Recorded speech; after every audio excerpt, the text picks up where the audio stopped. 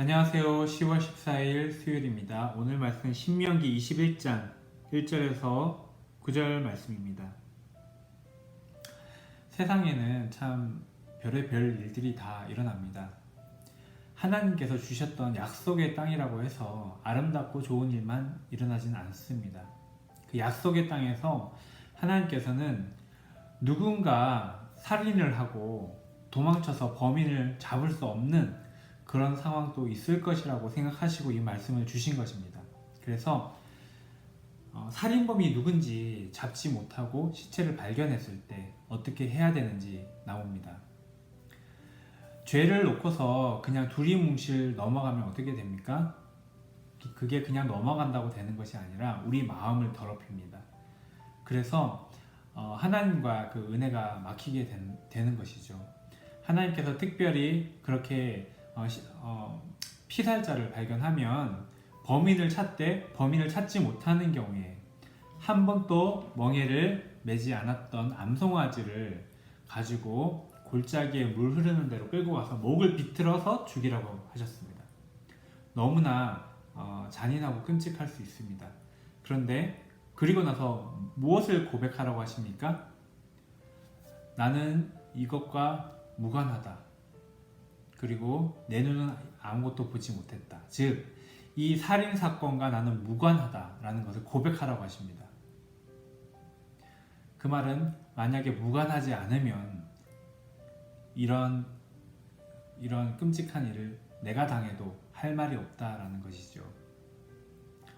그리고 하나님께 이 살인사건으로 인해서 우리 모든 백성들에게 죄를 돌리지 말아달라고 이렇게 하나님께 기도하면은 하나님이 용서해 주겠다고 사죄해 주겠다고 그렇게 얘기하신 것입니다. 우리는 날마다 참 안타깝고 또 어찌 보면 끔찍할 수 있는 뉴스를 접하고 살아갑니다. 또 우리 교회 공동체 안에는 그렇지 않습니까? 교회 안에서도 일어나지 말아야 될 일들도 가끔가다 일어나기도 합니다. 그런데 우리는 분명히 알고 넘어가야 될 것이 죄가 죄라는 것을 하나님께서는 분명하게 인정하기를 원하십니다. 그리고 죄의 대가가 얼마나 끔찍한 것이라는 것도 인정하기를 원하십니다. 그럴 때 그 죄의 영향력에서 우리가 벗어나게 됩니다. 만약에 그렇지 않으면 저 사람의 죄고 저 사람의 잘못이기 때문에 그냥 저 사람을 비난하고 정죄하고 끝나는 것이 아니라 하나님 보실 때는 다 같이 더러워지는 상황이라는 것입니다. 어떤 사람이 감기에 걸렸는데 감기에 걸렸어 그리고 끝나는 게 아니라 그게 나한테까지 전염이 되는 것입니다. 죄라는 것은 접할 때마다 영향을 주는 것이죠. 그래서 우리가 어떤 잘못된 것을 접할지라도 우리 마음을 이것은 정말 끔찍한 죄라는 것을 우리가 인정해야 되고 주님 앞에서 하나님 내 모습도 이런 모습이 있습니다. 용서해 주십시오. 오늘 그런 끔찍한 그 일을 당한 그 암송아지는 사실 예수님을 상징하는 것입니다.